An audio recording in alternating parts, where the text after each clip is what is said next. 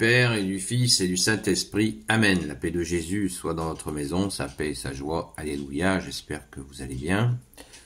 Nous lisons l'Évangile selon saint Marc, chapitre 8, versets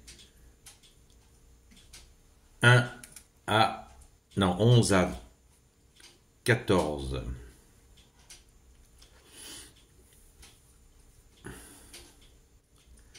Les pharisiens arrivèrent et commencèrent.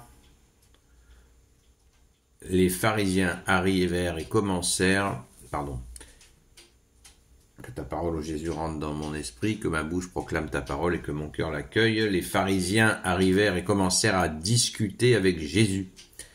Ils voulaient le mettre à l'épreuve, lui demandant un signe qui vienne du ciel. Jésus soupira et dit : « Pourquoi cette génération demande-t-elle un signe ?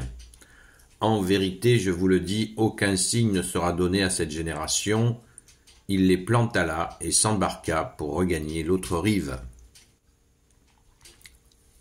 C'est absolument un comble. Vous entrez dans une boulangerie et vous demandez un signe pour avoir du pain. Ou pour savoir s'il y a un boulanger. Voilà, c'est à peu près ça. Ils ont devant eux le seul Messie tant attendu depuis déjà des siècles par Israël, par les Hébreux, et ils demandent un signe, et lui demandent un signe.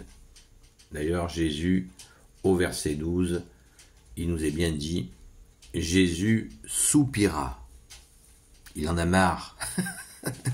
Les miracles, non pas comment, les miracles, il y en a déjà eu plein, ils le savent, et ils veulent un signe. Certains disent qu'ils voulaient un signe éclatant, parce que c'est toujours la perfidie, la bande de perfides. Ils voulaient que Jésus fasse un signe extraordinaire pour tout de suite appeler les légions romaines pour qu'il l'arrête et le tue, quoi. Voilà. Pour dire, voilà, il a essayé de créer une rébellion et zigouillez-le. Voilà, toujours la même démarche. C'est un peu usant, hein. Déjà pour nous, 2000 ans après de lire ça, c'est vraiment consternant. Mais on peut imaginer ce que Jésus a dû ressentir, parce que Jésus aurait vraiment aimé qu'il se convertisse, comme beaucoup se sont convertis, hein. On ne met pas tout le monde dans le même panier, hein. La plupart des apôtres sont juifs, hein, et ils ont accueilli le Messie. Mais là, on a des têtes, c'est pas des têtes en bois, là, c'est des têtes en béton, un béton armé, hein. Donc, ils veulent un signe. Alors Jésus leur dit, non, vous n'aurez pas de signe. Cette génération, alors ça fait un peu réfléchir. Qu'est-ce que tu veux dire, Jésus, par cette génération ? Ouais, parce que c'est vraiment une génération qui a apparemment, voilà, ils se sont accaparés la parole de Dieu et ils ont fait toute leur cuisine autour jusqu'à se passer du bon Dieu. C'est ce qu'on a du mal à comprendre, et pourtant c'est bien ça. Ils se sont tellement accaparés le pouvoir sur les gens que ils en ont fait leur chose qui n'a plus rien à voir avec Dieu.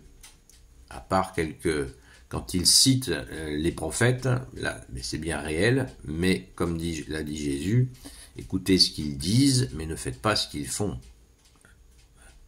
Parce que la liste des choses tordues qu'ils font, Jésus la donne lui-même, hein, jusqu'à leur dire que leur père c'est le diable.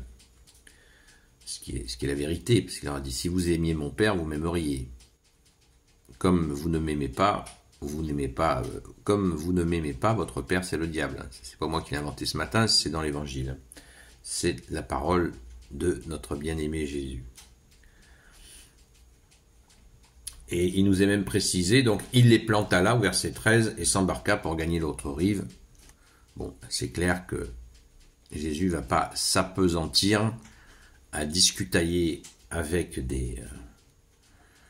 des personnes qui sont uniquement dans cette perfidie et qui ça ne mène à rien. Il est bien plus intéressant pour Jésus d'aller continuer les miracles et l'enseignement, parce que Jésus, quand il circule, il fait des miracles et il fait des enseignements, parce qu'il y avait des synagogues dans plein de petits pays, enfin de petits endroits, des petits villages, des petites villes, et Jésus intervenait dans les synagogues pour enseigner.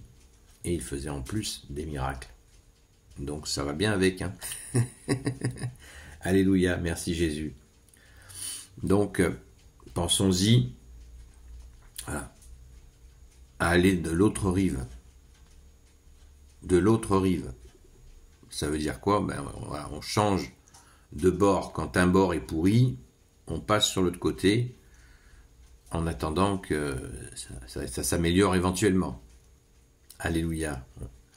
C'est ce que, quand Jésus a dit à saint Paul, mets-toi sur le côté droit. Voilà. Le côté droit. Le côté gauche est censé représenter justement toutes les choses terrestres, les complications, les tensions, les difficultés. Le côté droit est censé représenter le côté spirituel. Donc léger, divin, merci Jésus, tu es Dieu, né de Dieu, lumière, né de la lumière, vrai Dieu, né du vrai Dieu, engendré, non pas créé, de même nature que le Père. Amen. Gloire soit au Père, au Fils et au Saint-Esprit. Amen. Ô Jésus, toi qui peux tout et qui portes tout, toi le Sauveur, toi l'Emmanuel, je te confie toutes celles et ceux qui regarderont cette vidéo, ainsi que leurs proches, selon ta seule volonté, ô Jésus. Sainte Marie, Reine des cieux, toi l'Immaculée Conception, toi qui écrases le serpent, toi qui es la lune sous tes pas, toi notre Mère, Notre-Dame. Saint Joseph, toi le juste et le saint, toi le sage, toi la terreur des démons, toi le saint gardien de la Sainte Église catholique apostolique. Sainte Marie-Madeleine, notre chère sainte patronne, et vous tous les saints et saintes amis de toi, ô Jésus. Saint Michel Archange, qui est comme Dieu, Saint Gabriel Archange, Saint Raphaël Archange, et vous tous les anges qui servez Jésus, je vous confie toutes celles et ceux qui regarderont cette vidéo, ainsi que leurs proches, selon ta seule volonté, ô Jésus. La paix de Jésus soit dans votre maison. Je vous dis donc à très vite, et j'invite, je viens encore d'envoyer ce matin une invitation à prier à tous les amis de Sainte Marie-Madeleine, toute la fine équipe de TikTok aussi qui prie. Donc merci à vous de ne pas vous lasser de prier. Vous savez que Jésus nous a dit veillez et priez afin de ne pas tomber en tentation. Jésus nous a dit de veiller aussi et prier par rapport à des gens les apôtres avaient posé la question à Jésus, pourquoi les gens sont morts dans une tour qui s'est effondrée et pas d'autres? Est-ce à cause de leurs péchés ou des fautes de leurs parents? Et bien Jésus leur avait répondu, vous vous égarez, veillez et priez afin qu'il ne vous arrive pas quelque chose d'équivalent. Voilà, donc la veille et la prière. Merci Jésus de nous en donner la force. Amen. À très vite.